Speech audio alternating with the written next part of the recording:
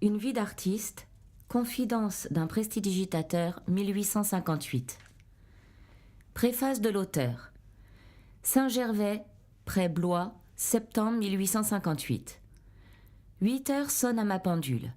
J'ai près de moi ma femme, mes enfants. Je viens de passer une de ces bonnes journées que peuvent seules procurer le calme, le travail et l'étude. Sans regret du passé, sans crainte pour l'avenir, je ne crains pas de le dire, aussi heureux qu'on peut l'être. Et cependant, à chaque vibration de cette heure mystérieuse, mon pouls s'élance, mes tempes battent avec force. Je respire à peine, j'ai besoin d'air, de mouvement. Si l'on m'interroge, je ne réponds pas, tant mon âme est absorbée dans une vague et délicieuse rêverie. Vous l'avouerai-je, lecteur, et pourquoi pas, cet effet électrique, sinon magique, n'a rien qui ne puisse être facilement compris de vous. Si dans ce moment mon émotion est aussi vive, c'est que dans le cours de ma carrière d'artiste, 8 heures était le moment où j'allais paraître en scène. Alors l'œil avidement appliqué au trou du rideau, je voyais avec un plaisir extrême la foule qui se pressait à l'envi pour me voir. Ainsi qu'à présent, le cœur me battait, car j'étais heureux et fier d'un tel succès. Souvent aussi à ce sentiment venait se mêler une inquiétude, un doute même. Mon Dieu, me disais-je avec terreur, suis-je assez sûr de moi pour justifier un tel empressement, une telle vogue ? Mais bientôt, rassuré par le passé, je voyais avec plus de calme arriver l'instant suprême d'agiter la sonnette. J'entrais alors en scène. J'étais près de la rampe, devant mes juges. Je me trompe, devant des spectateurs amis dont j'allais essayer de gagner les suffrages. Concevez-vous maintenant, lecteur, tout ce que cette heure rappelle en moi de souvenirs, et comprenez-vous qu'elle soit restée dans mon esprit toujours solennelle et toujours émouvante. Ces émotions, ces souvenirs, ne me sont point pénibles, je les évoque au contraire et je m'y complais. Quelquefois même il arrive que pour les prolonger, je me transporte mentalement sur mon théâtre. Là, comme jadis, j'agite la sonnette, le rideau se lève, je revois mes spectateurs. Et sous le charme de cette douce illusion, je me plais à leur raconter les épisodes les plus intéressants de ma vie d'artiste. Je dis comment une vocation se révèle, comment s'engage la lutte contre les difficultés de toutes sortes, comment enfin... Mais pourquoi de cette fiction ne ferais-je pas une réalité ? Ne pourrais-je pas chaque soir, alors que 8 heures sonnent, guidé par de fidèles souvenirs, continuer sous une autre forme le cours de mes représentations d'autrefois ? Mon public serait le lecteur et ma scène un volume. Cette idée me séduit. Je l'accueille avec joie et me laisse aussitôt bercer par ces riantes illusions. Déjà, je me vois en présence de spectateurs dont la bienveillance m'encourage. Il me semble que l'on attend, que l'on écoute. Sans plus hésiter, je commence. Chapitre 1. Un horloger raccommodeur de soufflets, intérieur d'artiste, les leçons du colonel Bernard, l'ambition paternelle, premiers travaux mécaniques, ah si j'avais un rat, l'industrie d'un prisonnier, l'abbé Larivière, une parole d'honneur, adieu mes chers outils. Pour me conformer à la tradition qui veut qu'au début de ses confessions, tout homme écrivant, comment dirais-je, ses mémoires, non ses souvenirs, fasse connaître ses titres de noblesse, je commence par déclarer au lecteur avec un certain orgueil que je suis né à Blois, patrie du roi Louis XII, surnommé le père du peuple, et de Denis Papin, l'illustre inventeur des machines à vapeur. Voilà pour ma ville natale. Quant à ma famille, il devrait sembler naturel, en raison de l'art auquel j'ai consacré mon existence, de me voir greffer sur mon arbre généalogique le nom de Robert le Diable ou celui de quelque sorcier du Moyen-Âge, mais esclave de la vérité, je me contenterai de dire que mon père était horloger. Sans s'élever à la hauteur des Berthoux et des Breguet, il passait néanmoins pour fort habile dans sa profession. Au reste, je fais preuve de modestie en bornant à un seul art les talents de mon père, car la nature l'avait fait apte aux spécialités les plus diverses et son activité d'esprit le portait à tout entreprendre avec une égale ardeur.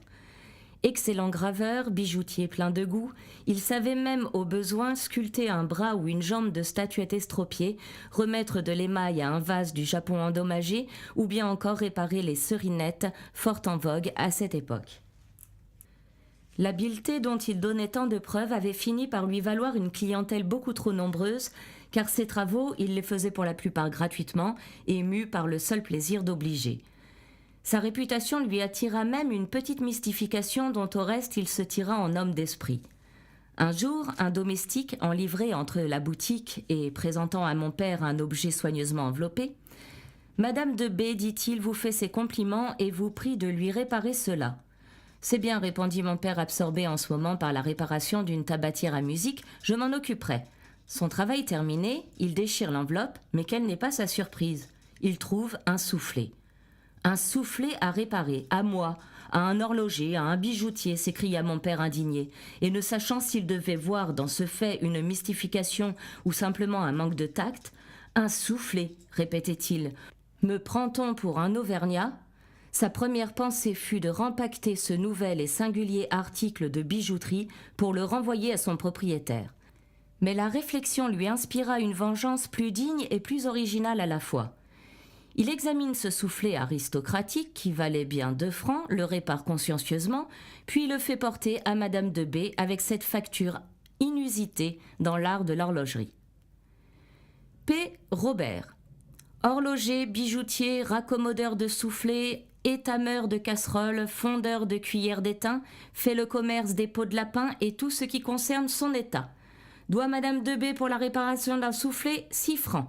Nota Monsieur Robert espère que Madame de B appréciera le soufflet qu'il lui renvoie.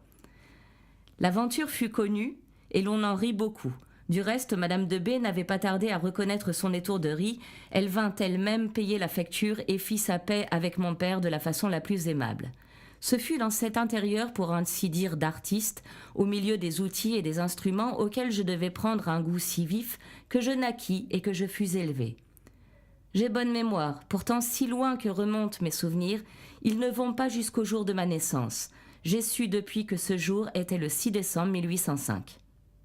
Je serais tentée de croire que je vins au monde une lime, un compas ou un marteau à la main, car dès ma plus tendre enfance, ces instruments furent mes hochets, mes joujoux. J'appris à m'en servir comme les enfants apprennent à marcher et à parler.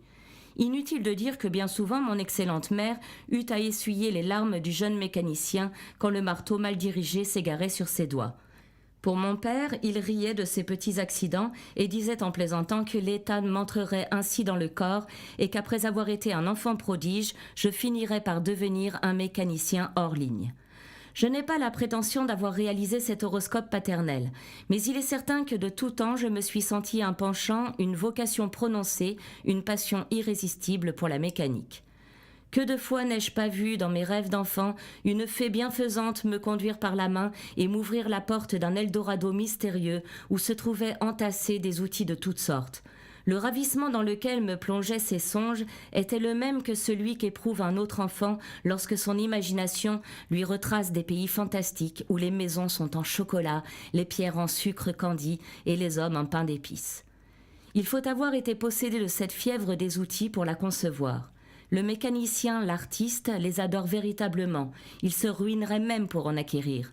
Les outils du reste sont pour lui ce qu'est un manuscrit pour le savant, une médaille pour l'antiquaire, un jeu de cartes pour le joueur. En un mot, ce sont des instruments qui favorisent une passion dominante. À 8 ans, j'avais déjà fait mes preuves. Grâce à la complaisance d'un excellent voisin et aussi à une dangereuse maladie dont la longue convalescence me donna le loisir d'exercer ma dextérité naturelle, ce voisin nommé Bernard était un colonel en retraite, longtemps prisonnier. Il avait appris dans sa captivité 1000 petits travaux qu'il consentit à m'enseigner pour me distraire. Je profitais si bien de ces leçons qu'en assez peu de temps j'arrivais à égaler mon maître. Il me semble encore voir et entendre ce vieux soldat lorsque, passant sa main sur son épaisse moustache grise pour la rabaisser sur ses lèvres, geste qui lui était très familier, il s'écriait dans son énergique satisfaction « Il fait tout ce qu'il veut, ce petit Bella ». Ce compliment du colonel flattait au plus haut point mon amour-propre enfantin et je redoublais d'efforts pour le mériter. Avec ma maladie, finirent mes travaux. On me mit en pension et dès lors les occasions me manquèrent pour me livrer à mes attrayantes distractions. Mais au jour de congé, c'était avec un véritable bonheur que je venais me retremper, si j'ose le dire, à l'atelier paternel. Que de fois aussi j'ai fâché ce bon père par de nombreux méfaits. Je n'étais pas toujours assez exercé ou assez habile, et souvent je brisais les outils dont je me servais. C'était une lime, un forêt, un écarissoir. J'avais beau me cacher, on ne manquait pas, cela va sans dire, de mettre sur mon compte ces accidents mystérieux, et pour me punir, on m'interdisait l'entrée de l'atelier. Mais toute défense était inutile, toute précaution superflue, c'était toujours à recommencer. Aussi reconnut-on la nécessité de couper le mal dans sa racine et l'on résolut de m'éloigner. Si mon père aimait son état, il savait par expérience que dans une petite ville, l'art de l'horlogerie mène rarement à la fortune. Malgré toute son habileté, et quelques ressources qu'il eût trouvées en dehors de sa profession pour son esprit industrieux, il n'y avait gagné qu'une bien modeste aisance. Dans son ambition paternelle, il rêvait pour moi un destin plus brillant. Il prit donc une détermination dont je lui ai conservé la plus vive reconnaissance, ce fut de me donner une éducation libérale. Il m'envoya au collège d'Orléans. J'avais 11 ans à cette époque. Chante qui voudra les plaisirs de la vie de collège, quant à moi, j'avoue franchement que bien que je n'eusse aucune répulsion pour l'étude, l'existence claustrale de l'établissement ne m'offrit jamais de plus grand plaisir que celui que j'éprouvais lorsque je le quittais pour n'y plus revenir. Quoi qu'il en soit, une fois entré, suivant l'exemple de mes camarades, je pris mon mal en patience et je devins en peu de temps un collégien parfait. En dehors de l'étude, mon temps était bien employé. Poussé par mon irrésistible penchant, je passais la plus grande partie de mes récréations à m'occuper de mécanique. J'exécutais par exemple des pièges, des trébuchets et des souricières, dont les heureuses dispositions et les perfides amorces me livraient un grand nombre de prisonniers. J'avais construit pour eux une charmante petite demeure à claire-voie, dans laquelle se trouvaient réunis des jeux gymnastiques en miniature. Mes pensionnaires, en prenant leurs ébats, faisaient mouvoir et basculer des machines destinées à procurer les plus agréables surprises. Un de mes ouvrages excitait surtout l'admiration de mes camarades. C'était un petit manège faisant monter de l'eau à l'aide d'un corps de pompe confectionné presque entièrement avec des tuyaux de plumes. Une souris, harnachée comme le sont ordinairement les chevaux, devait, par la force musculaire de ses jarrets, mettre en action ce machinisme lilliputien. Malheureusement, mon docile animal, quelque bonne volonté qu'il y mit, ne pouvait vaincre à lui seul la résistance que je lui opposais, le jeu des engrenages, et à mon grand regret, j'étais forcé de lui prêter assistance. « Ah, si j'avais un rat, me disais-je dans mon désappointement, comme tout cela marcherait. Un rat. Mais comment me procurer un rat ?» Là était la difficulté, et elle me paraissait insurmontable. Pourtant, elle ne l'était pas, comme on va le voir. Un jour, surpris par un surveillant dans une escapade d'écoliers, aggravé d'escalade et d'effraction, je fus condamné à 12 heures de prison. 12 heures de prison pour le vol d'une friandise, et quelle friandise! Du résiné qu'à nos repas, nous ne mangions que du bout des lèvres. Je n'avais pu résister, hélas, à l'attrait du fruit défendu.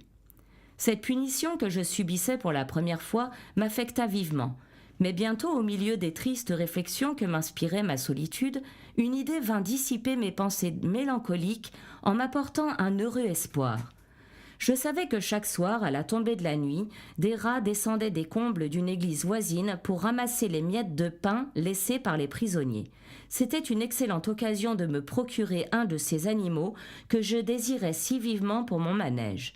Je ne la laissai pas s'échapper et me mis immédiatement à chercher les moyens de construire une ratière. Je n'avais pour tout mobilier qu'une cruche contenant l'eau qui devait remplacer pour moi l'abondance du collège. Ce vase était donc le seul objet autour duquel je pusse grouper mes combinaisons. Voici la disposition à laquelle je m'arrêtais.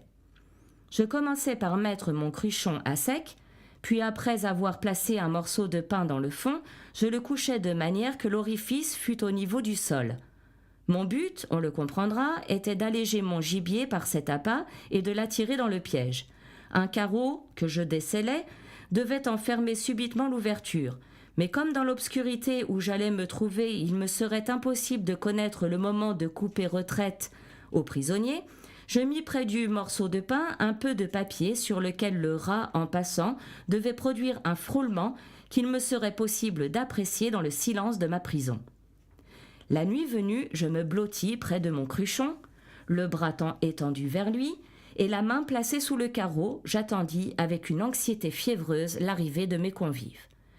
Il fallait que le plaisir que je me promettais de ma capture fût bien vif pour que je ne cédasse pas à la frayeur qui me saisit lorsque j'entendis les premiers soubresauts de mes enragés visiteurs. Je l'avoue, les évolutions qu'ils exécutèrent autour de mes jambes m'inspiraient une cruelle inquiétude. J'ignorais jusqu'où pouvait aller la voracité de ces intrépides rongeurs. Toutefois, je tins bon, je ne fis pas le moindre mouvement dans la crainte de compromettre le succès de ma chasse, et je me tins prêt, en cas d'attaque, à opposer aux assaillants une énergique résistance. Plus d'une heure s'était écoulée dans une vaine attente, heure pleine d'émotion et d'inquiétude, et je commençais à désespérer de mon piège lorsque je crus entendre le petit bruit qui devait me servir de signal.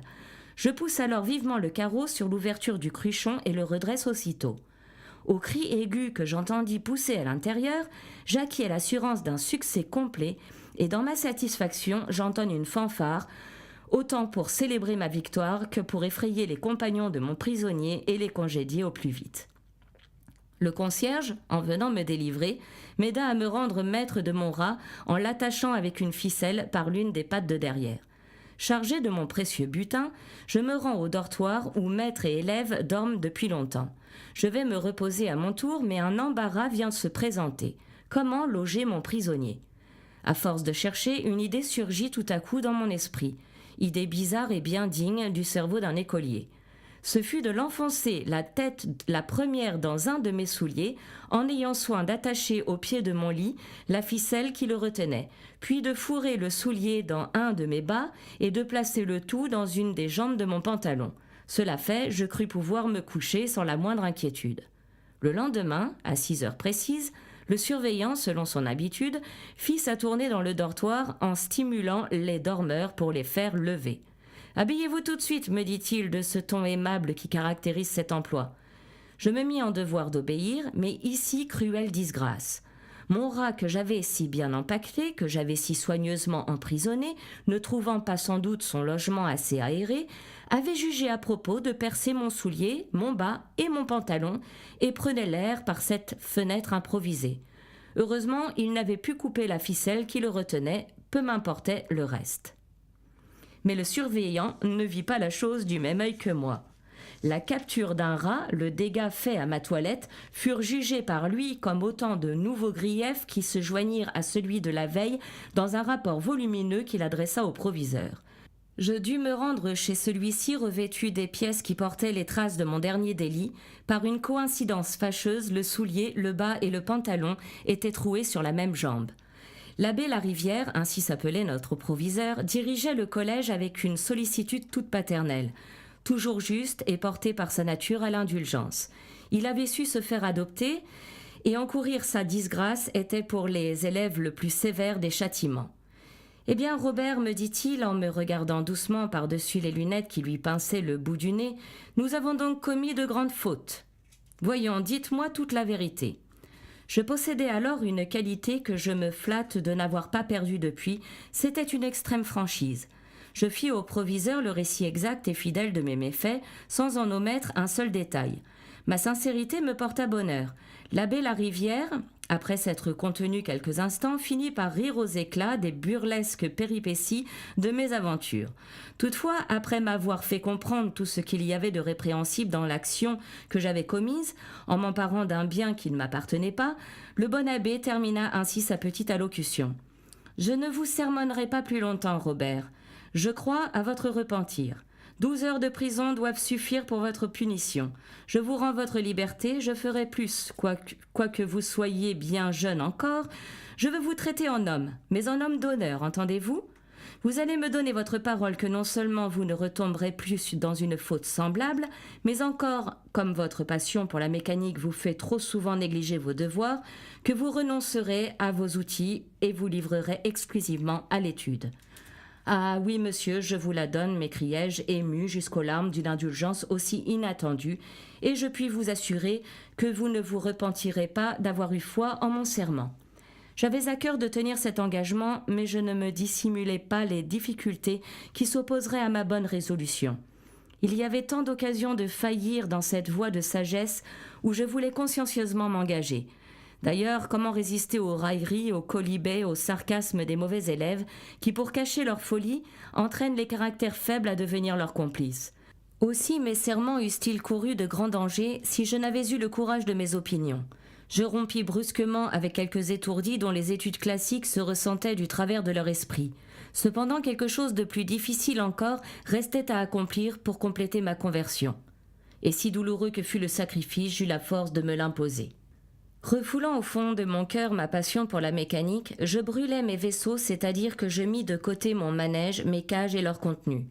J'oubliais jusqu'à mes outils, et dégagé de toute distraction extérieure, je me livrais entièrement à l'étude du grec et du latin. Les éloges de l'excellent abbé Larivière, qui se vantait d'avoir su reconnaître en moi l'étoffe d'un bon élève, me récompensèrent de ce suprême effort, et je puis dire que je devins dès lors un des écoliers les plus studieux et les plus assidus. Ce n'est pas que je ne regrettasse parfois mes outils et mes chairs mécaniques, mais me rappelant ma promesse au proviseur, je tins toujours ferme contre la tentation. Tout ce que je me permettais, c'était de jeter furtivement sur le papier quelques idées qui me passaient par l'esprit, ne sachant pas si un jour je pourrais les mettre à exécution. Enfin, le moment arriva où je dus quitter le collège. Mes études étaient terminées, j'avais 18 ans.